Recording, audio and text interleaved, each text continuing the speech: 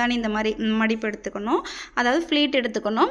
So குண்டாக இருக்கவங்க வந்து நல்லா குட்டியாகவும், கொஞ்சம் ரொம்ப ஒல்லியாக இருக்கவங்க வந்து குட்டியாக எடுத்திங்கன்னா இன்னும் ஒல்லியாக தருவீங்க. ஸோ அதனால் கொஞ்சம் அகலமாக, இப்போ நான் எடுக்கிற சைஸ்க்கு எடுத்திங்கன்னா ஒல்லியாக இருக்கவங்களுக்கு கொஞ்சம் கரெக்டாக இருக்கும். ஸோ எனக்கு வந்து இந்த அளவுக்கு எடுக்கும்போது கொஞ்சம் நான் குண்டாக இருக்க மாதிரி ஒரு ஃபீல் ஆகும்.